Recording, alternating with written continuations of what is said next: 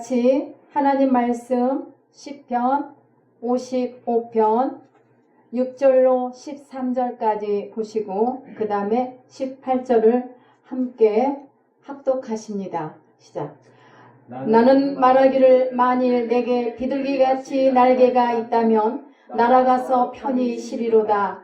내가 멀리 날아가서 광야에 머무리리로다. 내가 나의 피난처로 속히 가서 폭풍과 광풍을 피하리라 하도다. 내가 성내에서 강포와 분쟁을 보았사오니 주여 그들을 멸하소서. 그들의 혀를 잘라 버리소서. 그들이 죄아로 성벽 위에 두루 다니니 성중에는 죄악과 재난이 있으며 악독이 그 중에 있고 압박과 속임수가 그 거리를 떠나지 아니하도다. 나를 책망하는 자는 원수가 아니라 원수일진데 내가 참으리라. 나를 대하여 자기를 높이는 자는 나를 미워하는 자가 아니라 미워하는 자일진데 내가 그를 피하여 숨으리. 그는 곧 너로다. 나의 동료, 나의 친구요, 나의 가까운 친으로다. 8절. 나를 대적하는 자 많더니 나를 치는 전쟁에서 그가 내 생명을 구원하사 평안하게 하셨도다. 아멘. 할렐루야. 아멘. 여러분, 이제 날이 무더워졌습니다. 그럼에도 하나님의 은혜 안에서 우리는 이렇게 좋은 예쁜 모습으로 잘 살다가 하나님 앞에 또 예배를 드릴 수 있어서 감사드립니다. 1950년 6월 25일은 참으로 이 땅에 있는 모든 사람들은 잊을 수 없는 날인 줄 믿습니다. 왜냐하면 50년 6월 25일 새벽 4시 북한은 모든 전쟁 준비를 완벽하게 다 준비하고 38선 그 전 지역에 기습적인 총 공격을 함으로 말미암아 이 땅이 슬픔과 암흑 같은 그런 고통 속에 들어가기 시작했습니다. 그때가 벌써 71년째가 되는 올해를 맞이했습니다. 수많은 호국 영웅들의 희생은 평생토록 잊을 수 없습니다. 지금의 우리 대한민국이 있기까지 목숨을 바쳐 나라를 위해서 희생하신 우리 참전용사들이 있었기 때문이 아닐까요? 아, 어찌 잊으리. 그날의 그 아픔과 고통을 어찌 잊으리. 어린 생때 같던 아들을 잃고 가장을 잃고 아빠를 잃고 온 가족들이 서로 흩어지며 슬픔에 잠겨있던 우리 대한민국이었습니다. 아마 60, 70세 이상은 다 기억할 겁니다. 그러나 오늘의 우리 젊은이들은 과연 이 아픔과 고통을 얼마나 알지는 모르겠습니다. 젊은 우리 대한의 아들들의 피 흘림의 그날, 충격의 그날, 우리는 그 안에 내가 있다고 생각하면 그 아픔을, 그 눈물을 감출 수가 없을 것 같습니다. 그럼에도 우리는 내가 편안하고 내가 이렇게 평온하니까 그 가족들을 만나 따뜻함으로 위로해주고 그 말 한마디조차도 잘 하지 못하고 있지는 않은가 생각해 봅니다. 이제 며칠 남지 않으면 6월 25일 바로 그날을 생각하며 이렇게 말씀을 준비했는데요. 그들의 아픈 상처도 우리는 다 싸매줄 수도 없고 만져줄 수도 없었습니다. 이 가족들은 아픔의 상처를 그 어디에서도 보상을 받을 수 있었겠습니까? 치유를 받을 수 있었겠습니까? 오늘날 우리 성도들은 우리 대한민국의, 우리나라의 평화를 위해서 쉬지 않고 기도해야 할 때가 바로 지금인 줄 믿습니다. 우리가 나라가 없으면 우리는 그걸 모르지만 우리는 나라도 잃고 언어도 잃은 때가 있었습니다. 그때가 언제라고 말씀드려도 드리지 않아도 알 거라고 생각합니다. 저는 오늘 6월 25일을 기하여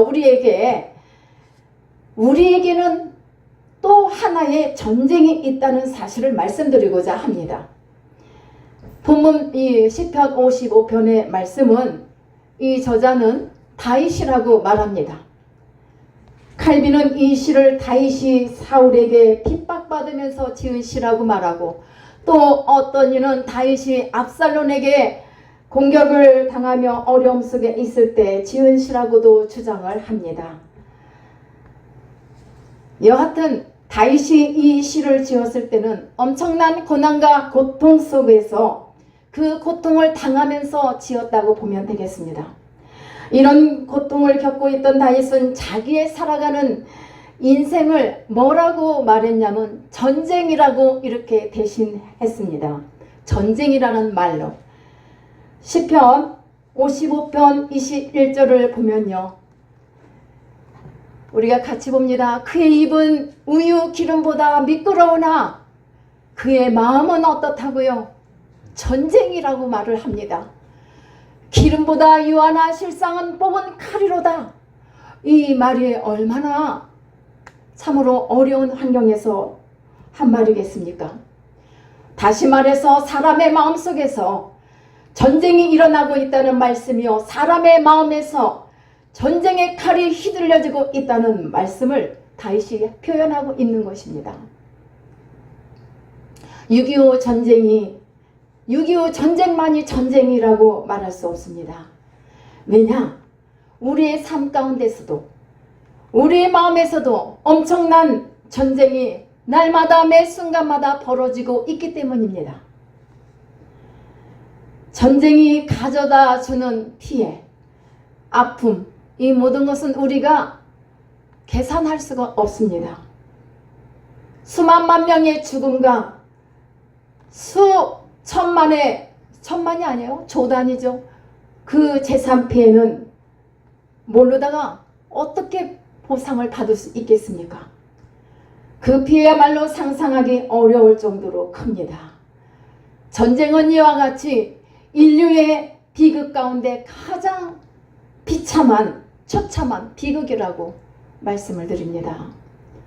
우리 마음속에 이와 같은 전쟁이 일어나고 있다는 걸 오늘 주목하시기를 바랍니다. 우리 마음속 안에도 전쟁이 이와 같이 진행되고 있다.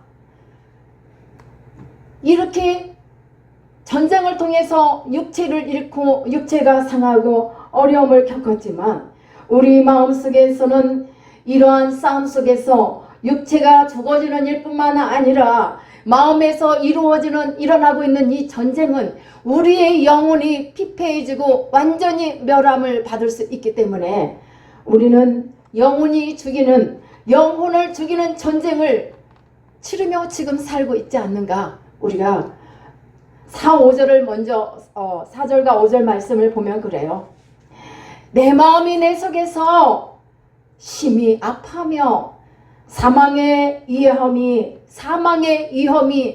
내게 다윗에게 이렇게 이르렀다고 말을 합니다. 또 이것으로 인하여 두렵고 떨리고 공포가 엄습해오며 나를 덮고 있다라고 다윗이 이렇게 표현을 해요.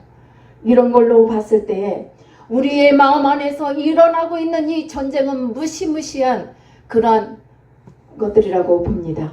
다윗은요, 마음에서 벌어지고 있는 전쟁으로 얼마나 괴롭고 힘이 들었던지 시편 55편 6절에서 뭐라고 말을 하냐면 비둘기가 되기를 소원하고 있어요. 여러분 보이시죠? 다윗이 왜 이런 말을 이렇게 썼을까? 비둘기가 되어서 날개가 있다면, 내게 날개가 있다면 비둘기처럼 훨훨 날아가고 싶다라는 표현이에요. 나에게 날개가 있다면 괴롭고 지겨운 이곳에서 훨훨 날아가 편히 쉬겠노라는 그런 말을 하는 겁니다. 55편 18절에는 뭐라겠어요? 나를 대적하는 자가 많더니 나를 치는 전쟁에서, 전쟁이라고 표현해요. 전쟁. 이 가운데서 자신의 생명을 구원하사 평안을 주시는 여호와 하나님을 이제 생각을 하게 됩니다. 이와 같이 내 마음에 지금 불일 듯한 이 전쟁이 일어나고 있어 나는 두렵고 괴롭고 고통 속에 있다고 호소하고 있는 이 시편 55편 전체의 내용을 여러분들이 한번 살펴보십시오. 그런데 7절에 보니까 다윗이 내가 멀리 날아가서 광야에 머무르고 싶다고 하는데요. 8절에서는 내가 나의 피난처로 속히 가서 폭풍과 광풍을 피하리라고 이렇게 말을 해요. 슬픔의 노래를 하고 있는 겁니다. 여러분, 이해가 되지 않을 부분이에요. 왜냐? 이 광야는 어느 곳이냐면은 이 광야는 우리의 상상하기 힘들 정도로 어려운 곳이에요. 그런데 하필이면 다윗이 좀 피하려면 좀 더 편한데 그런 대로 이렇게 피하면 좋을 텐데 다윗은 이런 광야로 도망가고 싶다고 표현을 하고 있습니다. 사랑하는 여러분, 이런 다윗이 이해가 됩니까?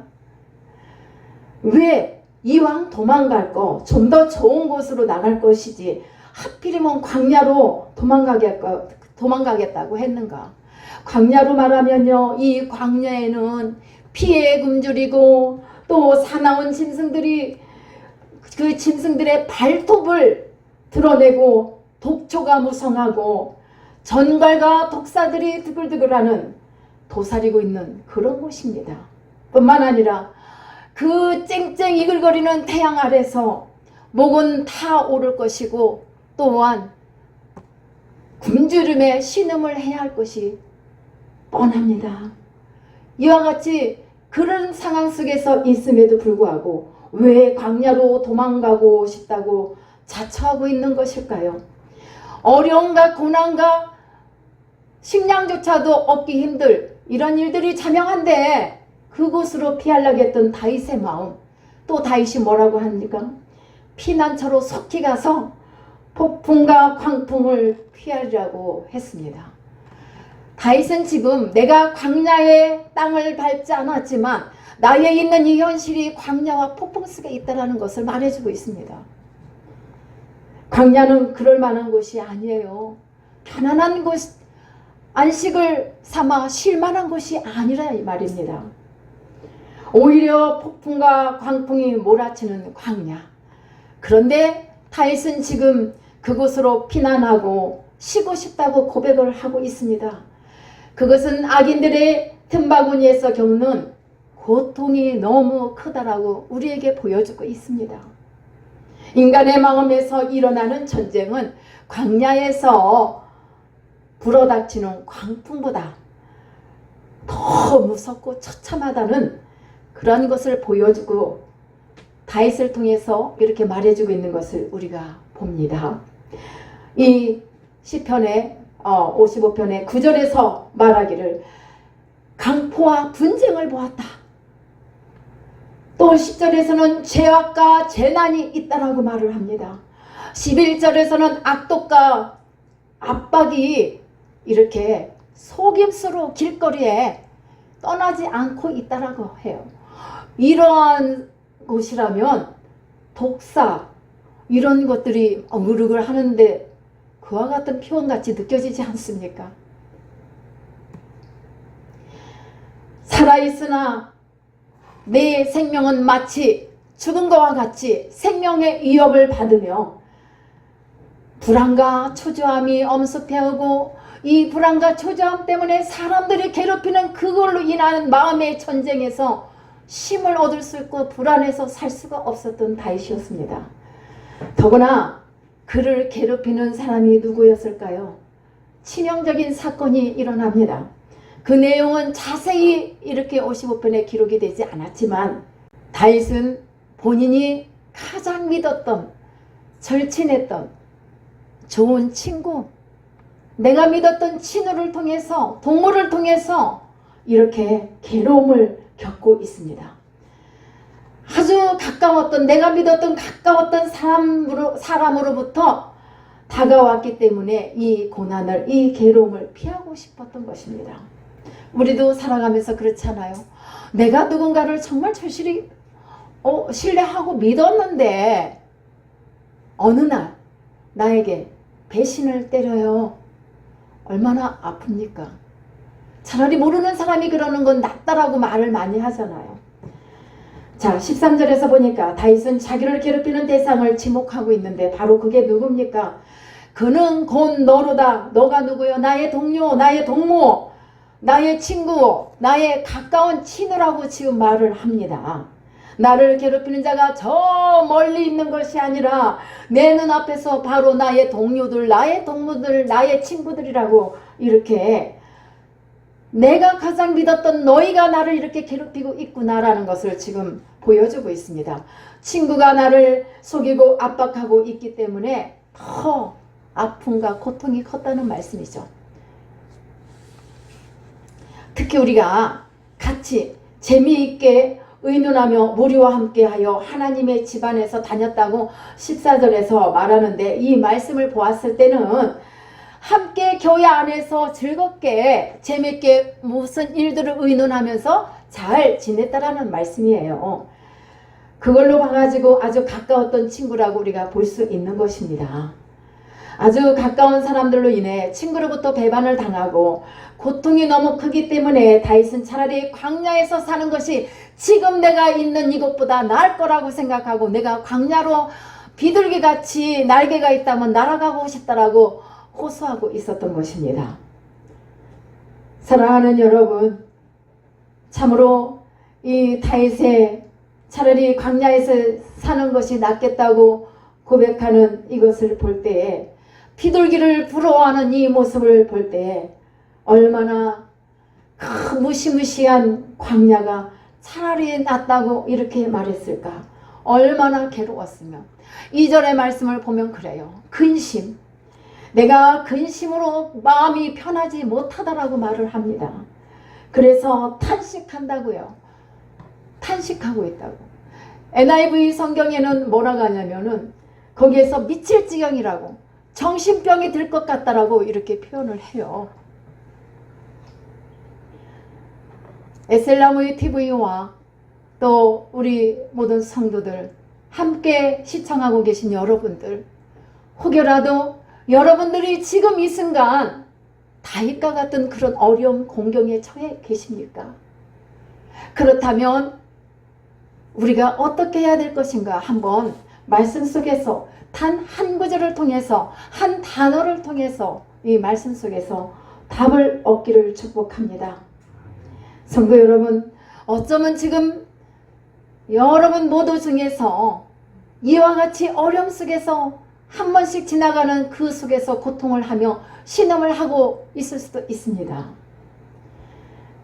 마음에 밀려오는 번뇌와 눈물과 상처뿐인 이 심신을 지탱하면서 그래도 살아보겠노라고 그러다가도 때로는 지쳐서 내게 날개가 있다면 날아가고 싶어 그렇게 말할 때는 없었는가요?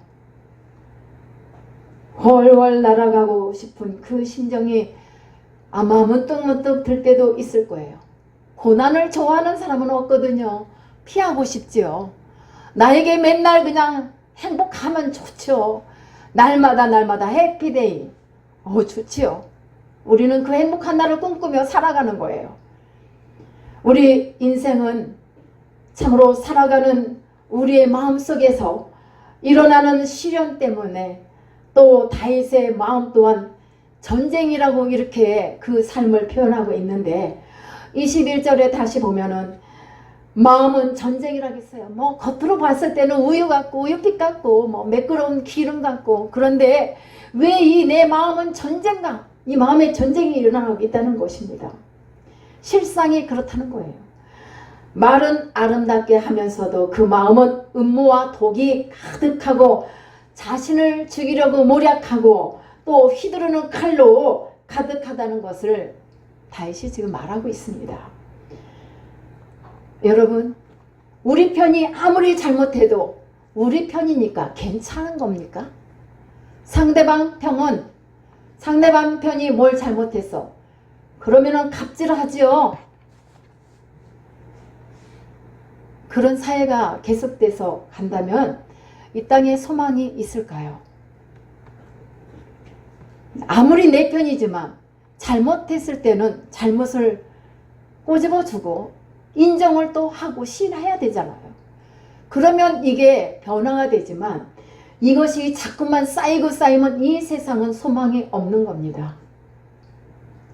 우리의 마음의 시기와 질투와 험담의 마음은 이 마음 안에서 전쟁을 일으키기에 조금도 부족함이 없어요. 그렇기 때문에 마음의 전쟁을 불러일으키는 것이 이 전쟁으로 말미암아 사람의 영혼이 쓰러져 영혼이 죽게 된다는 것을, 영혼이 죽게 되는 것을 피해갈 수 없다는 것을 우리는 이것을 알고 가야만 됩니다. 여러분 어떻게 생각하실지 모르지만 중요하다고 봐요. 지금 우리는 세계대전과 6.25와 같은 전쟁을 치르고 있지는 않습니다. 숨쉬고 맥박이 뛰는 한 우리 인생의 그 삶의 현장에서는 치열한 전쟁을 치르며 가야 해요. 지금은 전쟁 중이 아니라 할지라도 이것이 바로 우리의 인생이 되기 때문에 그렇습니다. 에베소서 6장 12절에서 사도 바울이 말합니다. 우리의 씨름은 뭐라고요? 혈과 육이 아니라고 말하지 않아요? 혈과 육의 대상이 아니라고 말했습니다. 그럼 누구예요? 통치자들과 또 권세들과 이 어둠의 세상 주관자들과 또 하늘에 있는 악의 영들을 상대함이라고 했습니다. 우리는 인간의 그 혈과 육으로 그들을 상대를 싸우는 게 아니라 악한 영, 이것들을 다 깨부셔야 돼요. 나의 힘과 능력으로는 할 수 없지만 예수 그리스도의 능력을 통하여 우리는 해나갈 수 있습니다. 그래서 우리는 과감하게 물리치며 나가야 합니다. 우리는 지금도 전쟁 속에 살고 있습니다. 코로나의 전쟁에 하나 더 플러스가 돼서 우리를 너무너무 힘들게 하죠. 환경의 전쟁, 생활의 전쟁, 마음속에서 수없이 밀려오는 이 전쟁 속에서 과연 우리가 날마다 이렇게 휘둘리며 칼을 뽑고 있는 그 속에서 우리가 당하면서 살 수만은 없습니다. 다윗이 공포에 떨려가지고 이 죽음이 엄습해오는 덜덜덜덜 떨고 있는 그때에 다윗이 정신을 차리게 됩니다. 시편 55편 22절에 보면요. 자, 이 말씀 여러분들 사모하십시오. 내 짐을 여호와께 맡겨라. 맡기라. 그가 너를 붙드시고 의인의 요동함을 영원히 허락하지 않으실 것이라 이 말입니다. 아멘. 인생의 고달픔이 나를 돌아버리게 만들지라도 이 고난을 영영히 내버려 두지 않으실 거라는 것을 다윗이 지금 믿고 지금 선포를 하고 있습니다. 이것은요, 다윗 자기 자신에게 하고 있는 말이에요. 다윗, 너 언제까지 이렇게 공포에 떨려서 부들부들 떨고만 있을 거야? 정신을 차려. 그리고 네가 갖고 있는 이 짐을 네가 지고 있지 말고 하나님께 맡기라 하고 자신에게 지금 외치는 말을 여러분들도 한번 해보십시오. 어렵잖아요. 내가 지고 가기는 너무 무겁잖아요. 버겁잖아요. 내가 다 지려고 하면은 우리는 얼마 못 가서 쓰러져요. 갈 수는 있어요. 내가 누군데 하면서. 예? 하지만 우리는 짐을 던져버립시다. 하나님은 살아계십니다. 살아계신 하나님을 믿습니까? 여러분이 겪는 인생의 전쟁, 이 마음의 전쟁에서 솟아나는 전쟁을 방관하지 않고 우리 하나님은 관심을 갖고 우리를 바라보고 계실 줄 믿습니다. 그러므로 말미암아 우리의 영혼의 모든 삶이 평안해지고 하나님의 은총으로 충만해지리라 믿습니다. 여러분, 위대한 조각가 미켈란젤로 아시죠? 아주 유명한 조각가지요. 그런데 어느 날 미켈란젤로를 친구가, 가장 친한 친구가 교황에게 소개를 합니다. 그 내용은 시스틴 성당에 그 천정화를 그리게 하는 일이었어요. 그런데 여러분, 다윗이 가까운 사람을 통해서 고난을 겪는 것처럼 이 미켈란젤로는 가까운 친구를 통해서 이제 그가 꾸미고 있는 음모, 그를 쓰러뜨리고 그의 명성을 바닥에 다 내려뜨리기 위해서, 왜? 이 미켈란젤로는 이 끌로다가 이렇게 조각을 만들지만은 붓은 잘 사용할 수 없다라고 이 친구가 생각을 하고 그 일을 하게끔 교황에게 데리고 가서 소개를 한 것입니다.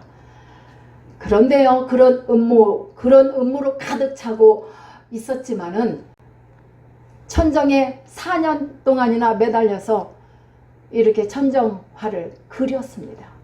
그 그림이 바로 천지창조예요. 사랑하는 여러분, 말은 남을 위해 해주는 것 같아도 마음에서는 칼을 휘두르고 있는 이 미켈란젤로의 친구 같이 다윗의 친구 같고 위로하는 그런 동무 같고 함께하는 자였지만 겉으로만 우유 같고 기름처럼 매끄러운 것 같지만 이렇게 속에서는 그 전쟁 속에서 내가 너를 해칠 거야 하는 그런 음모를 갖고 대하는 사람들이 이 땅에는 수없이 우리 주변에 있을 수 있습니다. 그렇다면 우리는 그냥 이곳에서 당하고만 있겠습니까? 그렇지는 않죠. 왜? 나의 능력이 되시고 나의 방패가 되시고 소망이 되시는 우리 하나님의 여러분과 저를 붙들고 계시기 때문에 그분만을 바라보고 의지하고 나간다면은 그분은 바로 우리를 그 악에서 구원해 주시고 우리를 승리하게 만들 줄 믿습니다. 천지창조의 그 천정화를 만들 수 있도록 만들어 주실 줄 믿습니다. 우리 인생이 다 똑같이 마찬가지예요. 그 사람뿐이 아니라 그 시스틴 성당의 천장에 대작을 남기게 되었어요. 오히려 그가 승리했는데 우리도 그처럼 승리할 수 있을까요? 아멘. 이미 말씀드렸는데 뭐 하나님만 붙들면 그리고 내가 열심히 나가면 우리가 농사를 친다 해도 씨 뿌리고 가꾸는 것뿐이에요. 그 안에서 열매를 맺게 하실 분은 누구예요? 하나님이시잖아요. 그러니까 우리는 이 화가처럼 열심히 그리면 돼요. 그리는데 그러고 났더니 더 유명해졌어요. 그와 같이 여러분들도 더 유명하게 승리하며 사실 수 있습니다. 살아계신 하나님이 여러분들의 아버지시잖아요. 나의 아버지시기도 합니다. 나와 함께 해주실 것을 믿고 우리는 힘들고 어렵고 이제는 더위까지 겹쳤어요. 하지만 우리는 날마다 매일매일 승리의 삶을 살아가리라 믿습니다. 내가 다가온 눈물은 곧 기쁨이 될 것이요. 우리 하나님은 우리에게 날마다 눈물을 흘리게만 하지 않으세요. 눈물을 흘릴 때가 있고 눈물을 거두실 때가 있고 또 열매를 우리에게 안겨주시되 가득 채워서 안겨주실 때가 있다는 말씀입니다. 아멘. 그래서 누가 영광을 받으십니까? 우리 아버지예요. 우리 하나님이 영광을 받으시기 위해서요. 내 자녀들이 잘 되기를 바라는 것은 똑같이 공통된 부모들의 마음이잖아요. 그 이상으로 우리 하나님은 우리 하나님의 성도들이 우리와 모두 함께하는 이 시간에 모든 이들에게 영혼이 잘 되고 이렇게 형통하게 가기를 원하세요. 형통이라는 것은 육신의 모든 일들이 다 잘 되는 형통이 아니라 하나님 안에서의 삶이 형통해지는 것을 원하시는데 그렇게 됨으로 말미암아 우리가 더 범사에 감사하며 기뻐하며 하나님의 영광을 높여드리며 살 수 있다는 말씀입니다. 사랑하는 여러분, 17절에 보니까 저녁과 아침과 정오에 내가 근심하여 탄식하리니 여호와께서 내 소리를 들으시리로다 라고 했어요. 그러니까 다윗이 이렇게 두렵고 공포 속에 떨려 있지만 정신을 차리고 내 짐을 하나님 앞에 맡기기 위하여 이렇게 탄식의 소리를 하면 우리 아버지 여호와께서 나를 건져주실 거라는 것을 믿고 기도한 겁니다. 여러분들 내 짐을 여호와께 맡기라. 맡기기 싫죠? 막 표정 보면은 맡기기 싫어요. 아니에요. 내가 져야 돼요. 이건 내가 해야 되는데. 상담하다 보면요. 그런 분들 많아요. 아, 그래도 목사님 이거 내가 해야 되잖아요. 그래 네가 해라. 속으로 그런 마음이 들 때가 있어요. 왜? 고집불통이 같은 분이 있거든요. 그러면 여러분 지쳐요. 쓰러져요. 그러니까 자, 우리 다 같이 주목해요. 내 짐을 같이 따라서 하세요. 내 짐을 내 짐을 여호와께 맡기라. 여호와께 맡기라. 맡겨 버려라. 맡겨버려라. 여러분, 베드로전서 5장 7절에는 베드로 사도가 뭐라고 하는 줄 알아요? 너희 염려를 맡겨 버려라 했어요. 아멘. 조금만 맡기라고 말하지 않았어요. 맡겨 버려라는 것은 명령어처럼 들리지 않아요. 맡겨 버립시다. 아멘. 어차피 하지도 못할 걸. 지금 우리가 살아가고 있는 이 세상은 분명히 전쟁터입니다. 그런데요, 며칠 전에 어떤 분이 이렇게 말씀을 준비하는 중에 있는데, 호박처럼 이 세상을 둥글둥글하게 살재요. 여러분, 천만의 말씀입니다. 지금 이 세상은 우리가 전쟁터에서 살아가고 있는데 어디서 둥글둥글하게 살아가요? 이 말이 맞습니까? 그래서 제가 캐스천 마크를 그냥 착착착 혼자서 했어요. 아닙니다. 깰 때예요. 일어날 때예요. 아멘. 잠에서 이 굳어진 이 습관의 그 묵은 땅에서 일어날 때가 바로 지금입니다.